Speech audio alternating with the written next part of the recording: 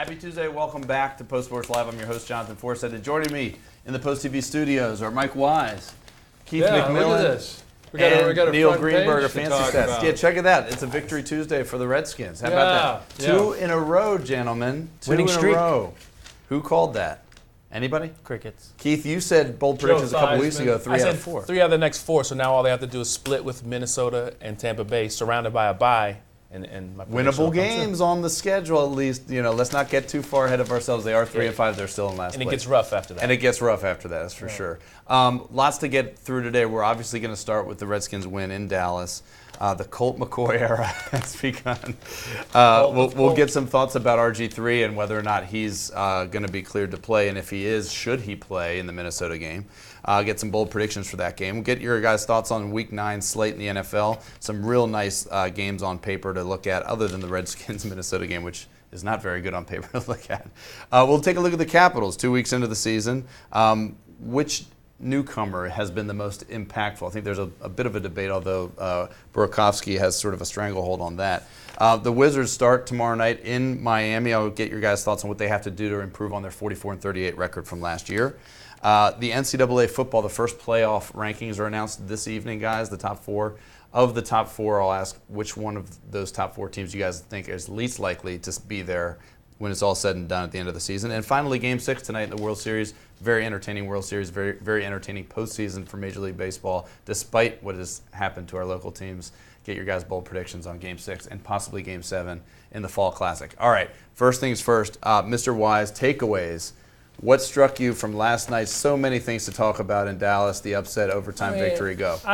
To me, this was a pride check on many levels.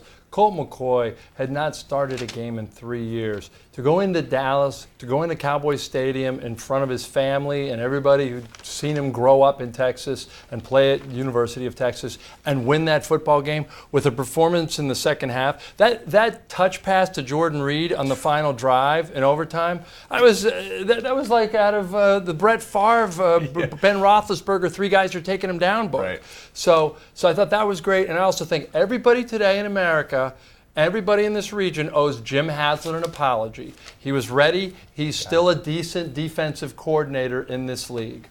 You can't knock anything about the defense. For as much as he gets crushed over the games, he deserves praise today. I agree. Keith, what's up? 2 big takeaways. One, taking care of the ball makes a huge difference. You saw Colt McCoy was clutch in both second halves. He was 11 of 12 when he came in last week against the Titans, hit 14 of his last 15 passes. And a lot of those calls are safe calls, short passes to open receivers, and just, he took care of the game. Got the ball to those open guys and let them do the work.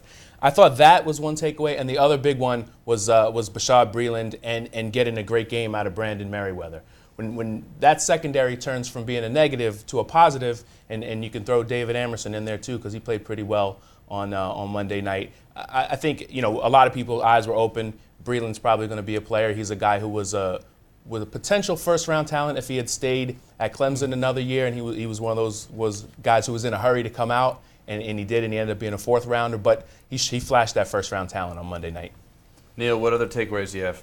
Deshaun Jackson is as advertised. I mean, he makes a ton of plays. He caught 6 passes against 3 different defenders last night. And it seems like every time they need a big play, he's 50 yards downfield and comes down with the ball. Sometimes he's open, sometimes he's not, but he always makes the catch. And this is exactly what they needed when they signed him. I mean, he was a cast-off from Philadelphia. There was a lot of questions about his character and everything else, but he's produced. He's been a deep threat down the field. He's 5th in the league in yards per route run.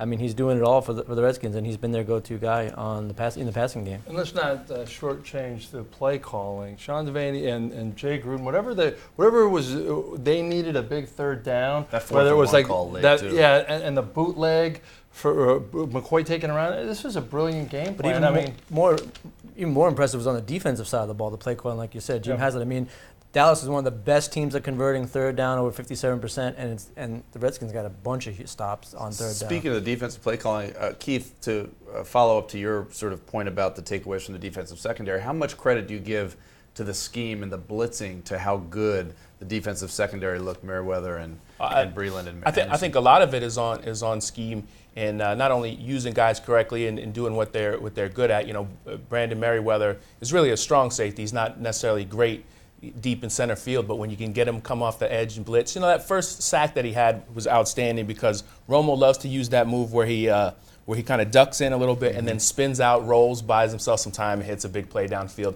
Merriweather, when you run those blitzes, you have to blitz to the outside shoulder so the guy can't, kind of dip in and duck out. And just using players at what they're really good at. I thought they let, Breland press on Des Bryant, which is actually what he's good at, even though you're saying we're throwing a rookie. It's just a scary to think about, right? But he played it well, and there were a couple plays late in that game where he got his hands right up on his shoulder pads and was able to sort of redirect Des Bryant. The bottom line is they bumped helmets last night. That was a physical, old-time NFC East game at the end where guys were coming up and hitting, and Merriweather, unbelievable. Reinvigorated this rivalry. This rivalry that's right. Lost some. Arguably one of the bigger upsets in the recent history of this rivalry. Yeah. Going back 20 years. I think it's one of the top 5 regular season victories for this team, only because nobody saw it happening. No, Monday night. 9.5 point underdogs. Yeah. No one picked them to win. Go ahead. The context of that changes too, based on where it goes from here. Too, if they turn around and lose to Minnesota, then you kind of forget about it. Did they reinvigorate the season? Raining on our parade. Did they reinvigorate the season? But it could be 500 in a couple weeks, and then we'll all be. It could be. Well, let's get. All right. So looking ahead, let's look ahead to next week's game. They're at Minnesota, guys, and there was some chatter this week about Robert Griffin III and whether or not he'd be ready to play, and they played coy, as you kind of expected the team to do, and didn't announce that he was inactive until just before the game last night. But let me ask you this, and Neil, I'll start with you. If RG3 is medically cleared to play this week, should he start at Minnesota? No, I don't think so. I mean, you're dealing with a quarterback that you invested 3 first-round picks to get, and who's proved to be injury prone. Just let him heal. I mean, there's no reason they're not playing for anything. I know we're talking about 5-5 and all this other stuff, but they're not playing for anything. He already is healed. 3-5. They have a bye week coming. At least let Minnesota go past, get the bye week in here, get him truly healthy, and then you want to put him out there against Tampa Bay. I think that's fine. But to put him out there against Minnesota, who's a weak team, I just don't see any reason. I don't see what the upside is. Okay, Keith, do you agree? Yeah, I would say heck no. Don't play him. Heck no. Right. Only because Ted said no. You just said no. That's a heck no. So we doubled down on it. I don't want to duplicate. No, I think because you have the bye coming up, you get to sort of double your value as far as rest for Griffin, as far as not really whether or not he's healed, but you get to run plays in practice for another week, get his timing back out. And we saw last night that Colt McCoy can take care of this thing. We've seen 6 quarters of him now. He's take care of this thing. Right. That's a little much. That's all you need. That's what we thought Cousins could do after he played at Philly and against Jacksonville the first 2 games. Don't get carried away with this cult thing, right? But again, this is not going out to San Francisco like they're going to go in a month. This is going to Minnesota. It's a game that you can win with your backup quarterback, and then you give Griffin the bye week of practice and let him come back against Tampa Bay. I have a great follow-up question, but Mike, I got to get your thoughts first. If I go against these guys, I basically invalidate a column I wrote for this newspaper last week. You've done that before on this show. I have changed my mind, and I'm going to on another issue that you guys are going to be shocked about later. But I think that this is a time when you have to look at, if everything that you've gleaned from this season, if you gleaned anything, Robert Griffin III is your starting quarterback going forward. And so unless Colt McCoy turns into a world beater the next few weeks, I think it's a no-brainer, as Neil and Keith said. You have to sit him. You have to sit him because this isn't about this year. Even if they get through the next 2 games, they're going to be 5-7 in Week 13. They are not going to the postseason. I will say it now. Everybody knows it now. So why not look toward your future with this guy? Long-term investment, no short-term gain. Let me throw this out there as a potential scenario. So you sit RG3 even though he's cleared to play. Colt McCoy lights up Minnesota. They're 4-5 going to the bye. Then you have to deal with the chatter of, why would you sit McCoy? Because he started and looked really good in 2 games in a row and came in to beat the Titans. Does the potential prospect of controversy factor in at all? Or is it RG3 as soon as he's healthy? This is the Redskins. There's always controversy. It doesn't matter what this team does. They're not going to be able to win if they sit him, if they play him, if they win or they lose. People are going to second guess a rookie head coach, this franchise, these decisions, every which way to Sunday. If he gets pummeled and he has a 22 quarterback rating, it's pretty much obvious. I don't think that. I just can't see. What's the Colt upside? McCoy? I like him. There's I think a he lot did a more great job pressure last on year. RG3 coming back on a 2-game win streak at the home game against Tampa Bay with McCoy on Yeah, the bench. if there's If he can't handle that type of pressure, he shouldn't be a quarterback in the league if to they're begin 6-2, maybe. Yeah. They're There's three. no They're pressure. 3-5. No, but they'd be 4-5 potentially. Oh, There's 4-5. I'm just saying, there would be talk 3 wins. That's in a row. the Watch out, America. They might be 4-5. The Look only out. way you squander the season is if you come out, you play your 16 games, and you don't know whether you have a quarterback of the future. So you have to play Griffin. There you go. Yeah, but you have to play Griffin, but wouldn't that start this week?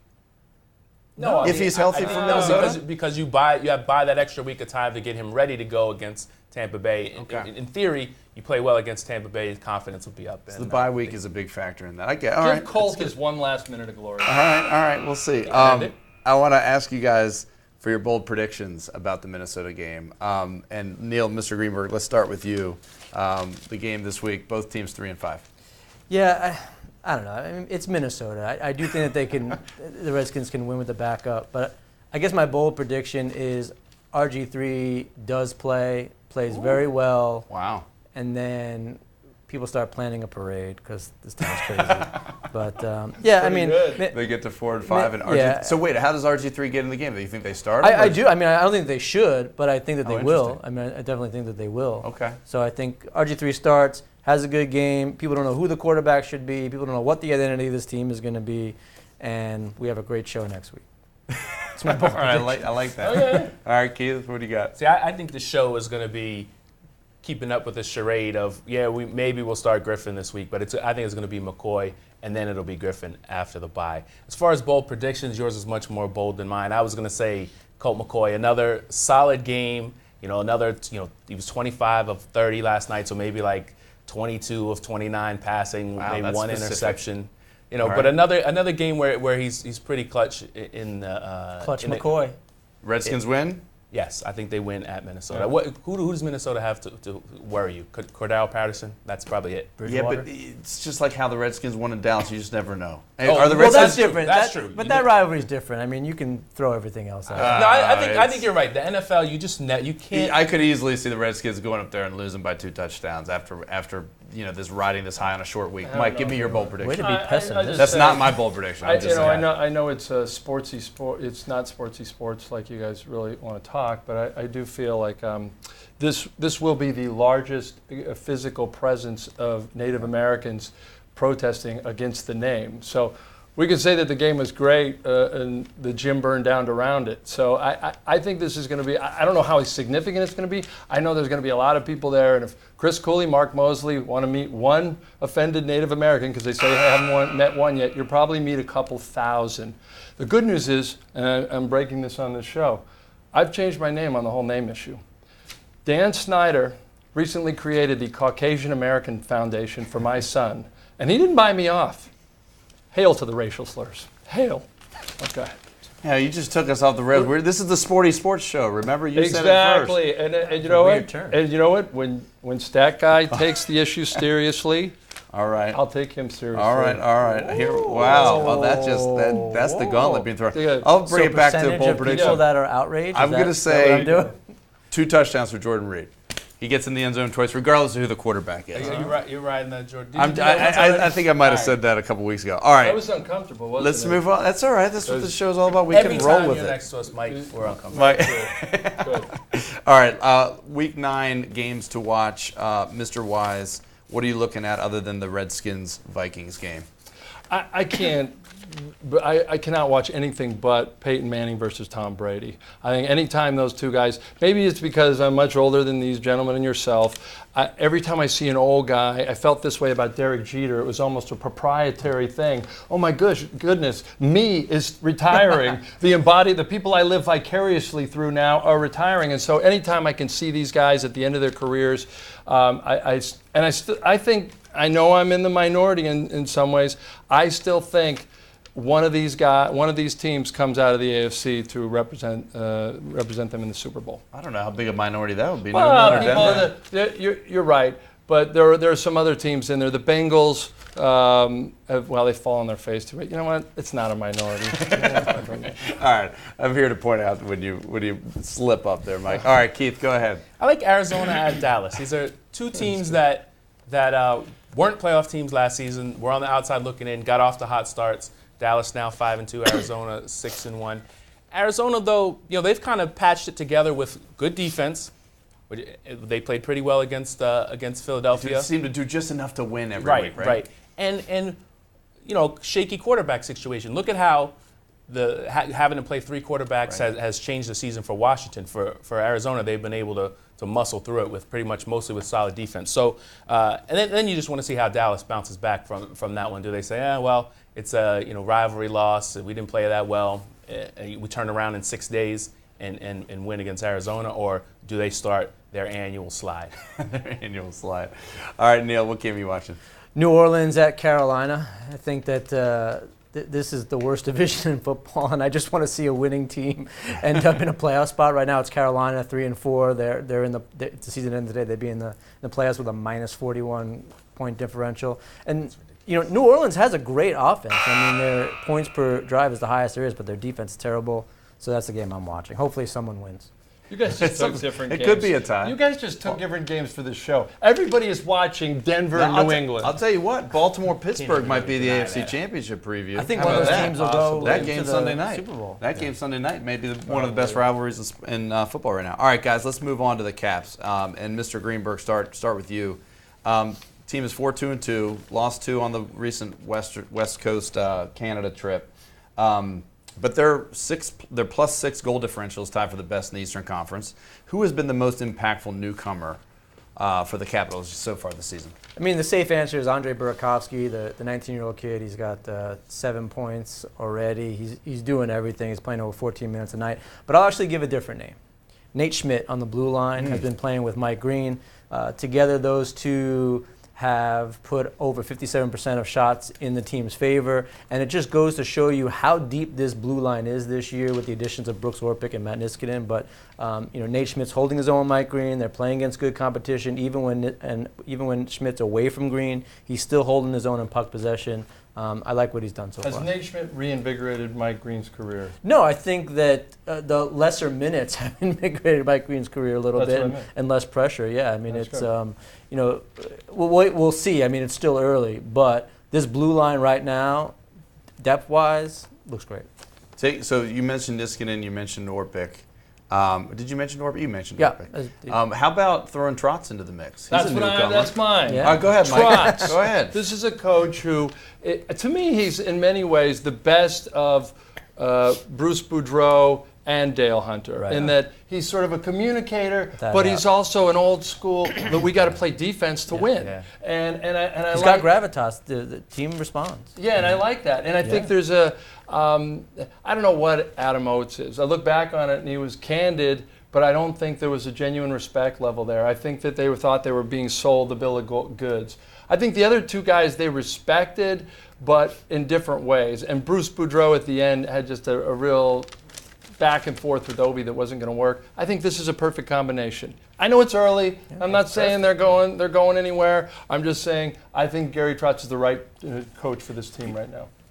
Keith, anything to add? I mean, the team right now has actually played some stiff competition and has sort of proven, Neil, they've sort of proven that they at least are in the conversation for the playoffs. They're doing correct? everything that you wanted to see from this Trotz coach team early on. I mean, the defense isn't giving as much of a gap as they were under Oates, so they're not seeing the offensive zone as easily.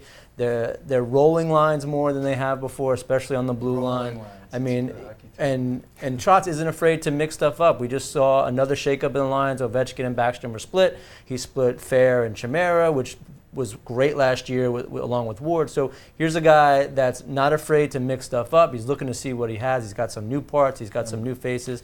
He's really making some things work. And, there's going to be some games that are a letdown like we saw on this Canadian road trip. But all in all, you are seeing what you should be seeing from a successful team, and it's there in the scoring, it's there in the puck possession numbers, it's there in the winning. I really do think that there's a lot to be optimistic about this Caps team this year. Going back to Burakovsky, he's second best rookie start through 7 games, I think, to Ovi, I guess.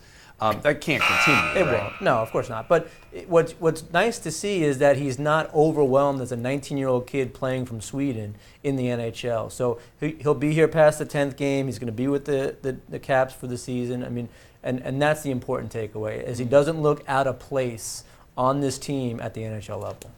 All right, guys, let's turn our attention out of the Wizards. The hardwood NBA season starts in earnest tonight. The Wizards open at South Beach tomorrow night, Wednesday night. Mr. Wise, I'm going to ask you first. What do the Wizards need to do? Last year they were 44-38. Yeah. What do they need to do? A lot of new faces on the team. What do they need to do to improve upon that record and potentially a deeper postseason run? Win. Just win, John. Just win, baby. No. All right, thanks, Al Davis. I think what you need to see from the Wizards this year is a chemistry that develops early on between Paul Pierce, Bradley Beal when he gets healthy, and John Wall at the end of games. Because not all of those three guys can take the last shot. It's going to be depending on flow, depending on who's hot, who's not. I think the more that their chemistry develops and the more that Randy Whitman rations Paul Pierce's minutes so he's ready for the playoffs, I think the sky's the limit. I really do. Do they win the NBA championship? No, because there are too many good teams in the Western Conference. Could they get to the Eastern Conference Finals? Yeah. Could they go to the NBA Finals? That is not out of the realm of possibility. Right. And the fact that we're even talking about that means it's awesome, baby. Keith, top that. How do you follow it? I got it. I think I just ripped off Sig Vitale. It's not that hard. I think he's right. I think the door is open in the East. Everybody just assumes it's going to be the Cavs or the Bulls, and I think those are maybe your two best teams. Right. But I think the door is open. I think what they have to do is mesh. They got to figure out, when Pierce is going to play, you're right, how to ration his minutes. I think by having Dwan Blair, Chris Humphries, you can get by some spells without if Nene's hurt, if they have to ration his minutes. But they also have to figure out, and they're going to play without Beal for a while. They have to figure out what Otto Porter, what his role is going to be, how many minutes he's going to give him, Glenn Rice Jr. So they have a lot of pieces where they have to figure out where they're going to fit. And if we're assuming this is a playoff team, then November, December, January, those games are going to be the games where you figure out who takes the last shot, what the rotation is going to be, how do you get by if certain guys can't go on certain nights. If there's not a postseason, it would be a very disappointing year. It'd be disastrous. Two things. Number one, they're without Trevor Ariza, and they're going to be without Bradley Beal. So that means the front court's going to have to shoulder the burden of scoring early on, and then they have to get to the free throw line. Last season, they were in the bottom 5 in terms of getting to the stripe. Paul Pierce would help. He had 310 free throw attempts last season. That would be second on the Wizards, next to John Wall, who had 394. So they got to get to the free throw line. They got to be more aggressive, drive into the hoop.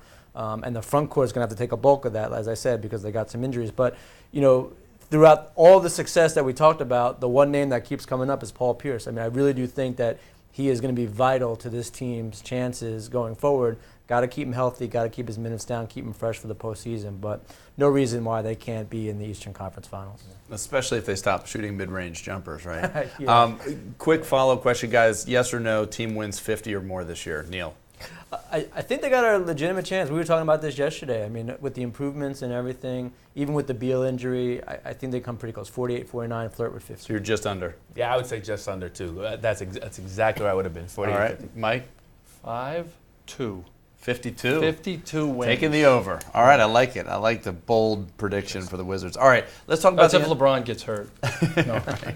Yeah, well, that could change a lot. All right, let's talk about NCAA football, guys. And we mentioned this at the top of the show. Tonight is the inaugural poll release, I guess, of this new playoff system. And the top 4 teams in both polls right now, Mississippi State and Florida State, undefeated. Those are the obvious ones. Alabama and Auburn are right on the heels, both with 1 loss. There's like a whole slew of teams that have 1 loss. Neil, you had a great post in Fancy Stats about which teams are most deserving come the end of the season, looking at the strength of schedules going ahead. Which one of those 4 teams, if we had to just look at those, Mississippi State, Florida State, Alabama, and Auburn, which one of those 4 is least likely to be in the bracket at the end of the season? Well, who do I want in there, or who do well, give me both. I can't stand Nick Saban. I've never liked him as a person or human being. He's a wonderful football coach. I don't know if I'd send my son there, but I like Oregon. I like Marcus Mariota. I like the whole. So you're answering the question of somebody else that's outside of the top 4, but that's all right. Right, but I'm saying I would put him in front of Bama. You like Oregon getting in there? Yeah. Okay. And do I think as I look at I mean, how can you knock Mississippi State? They've been so, irrespective of the fact that they haven't been there. I like Mississippi State. I like Florida State just because neither the university nor the coach will ever suspend anybody that gets into trouble. So they'll be in there. And and then after that, I'd say Auburn and then Oregon. Those would be my four in that order. So Oregon replacing Alabama. Correct. All right, Keith, what do you got? All right, Wise got to talk about his pet issue. This is my as a is this airing of the grievances? Yeah, it's Festivus. As a longtime, very close follower of college football with playoffs. I'm a big D3 guy. I think it's cute how everyone at D1 is getting all worked up over this 4-team playoff when FCS, D2, D3 have been doing 32, 20, 16 teams for years. And I tell you what, no matter how many teams you put in there, there's always going to be the team. Just like 68, Team 69 in the basketball tournament always thinks they have a chance. You'll analyze the opponent's winning percentage to death, and it'll be a travesty in somebody's mind, right? But still, you got a playoff now. It's a step in the right direction. I agree with Mike. It's long overdue. I refuse to get excited about it until it's 8 or 16. But all right. In this case, to answer your question, it's the whoever loses the Iron Bowl, I think, is in trouble between Auburn, Alabama, and then of course that SEC West is mighty, but they still have to go play the SEC. And that game's in Tuscaloosa this year. Is it possible, Neil, that a team with 2 losses could find their way into the? If it's Auburn, yes. I think Auburn's probably the only team that will have the resume to be a 2-loss team to get in there because they would only have lost to Mississippi State, which is the #1 team in the country, and probably Alabama in the last game. So those aren't terrible losses. But to answer your question, yes. I think that Alabama is going to be the odd team out because they did lose to Mississippi. They still have to play Mississippi State, and they probably will lose to Auburn. They could actually end up with 3 losses. So you see them losing to Auburn at home. I like Auburn a lot. I think Auburn's done a lot, and I think they're a scary team. So I think Alabama's hated 3 SEC teams were among the Final Four. Well, I don't think they're going to be around the Final Four. But to answer your question of the top 4, Alabama's the odd man out. I do think who takes their place? Would you say? Oregon. I like Oregon, Florida State, Mississippi State. And it would not surprise me to see Notre Dame or Michigan State only to give it the first playoff a little bit of balance. But it should be probably 3 SEC teams and Florida State if we're going by resume. It can't be Michigan State, though. They're going to lose to Maryland in College Park. All right, let's move on, guys, to the World Series. I had to get a last Maryland plug in there. Yeah. Bold predictions for what has been a great World Series, what has been a great MLB postseason. Game 6 tonight in Kansas City. 3 great games in San Francisco. Mr. Wise, give me a bold prediction for the remainder of the series. It can be one game, it can be both games, whatever you think. Bruce Bochy wins his 3rd World Series championship, not tonight, in Game 7. Ooh. And Madison Bumgarner pitches he stole my prediction. 1 inning. One inning, yeah. He pitches an inning. Comes in relief. And throws bullets. Cheese. Do you remember when they called it cheese? High cheese. High cheese, yeah. Oh, it's an old Seaman stuff. All right, I like that. Keith, what do you got? All right, I'm going to go with the populist angle. I'm going to say the Royals get the bats going again. They win the World Series. Kansas City would go nuts. Nobody wants to see San Francisco win. No one wants to see World Series to begin with.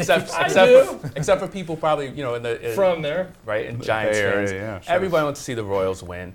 And even if they have to scrape it out, even if they have to somehow score a run on Madison Bumgarner, that somehow means that Ned Yost is going to best Bruce Bochy, though. Hey, it's not always the managers. It could happen, I guess. Yeah, hey, you're right. Tom Flores bested Joe Gibbs. Yeah, come on, true. Let's be honest. True. All right, Neil, what do you got? I think the Royals go back to what brought them to the dance in the first place: strong base running. They've only tried to steal 1 base this whole series. I think that'll change. They got to get men on base first, but I think that'll take care of itself.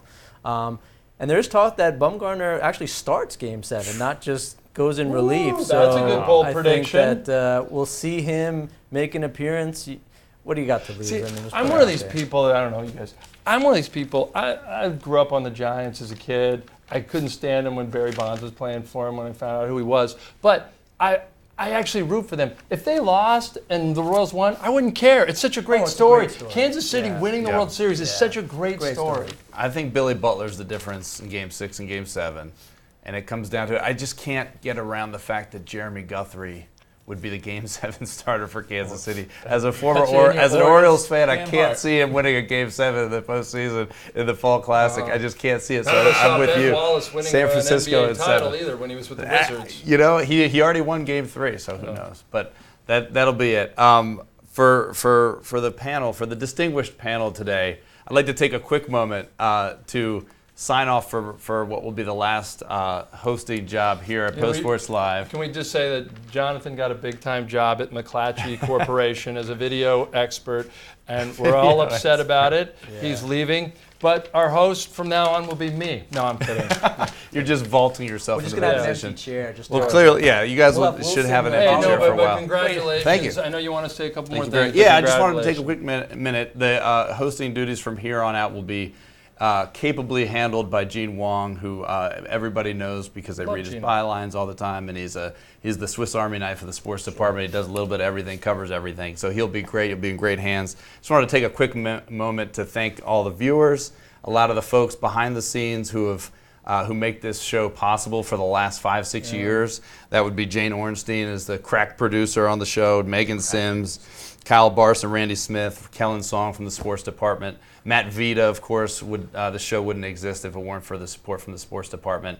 And I just wanted to also mention a couple other former folks who have been involved through the years. Mitch Rubin, Dan Steinberg, one of my closest colleagues, probably been on the most number of these shows, out today because he was working late duty last night. He bailed out of it. Thanks for nothing, Dan.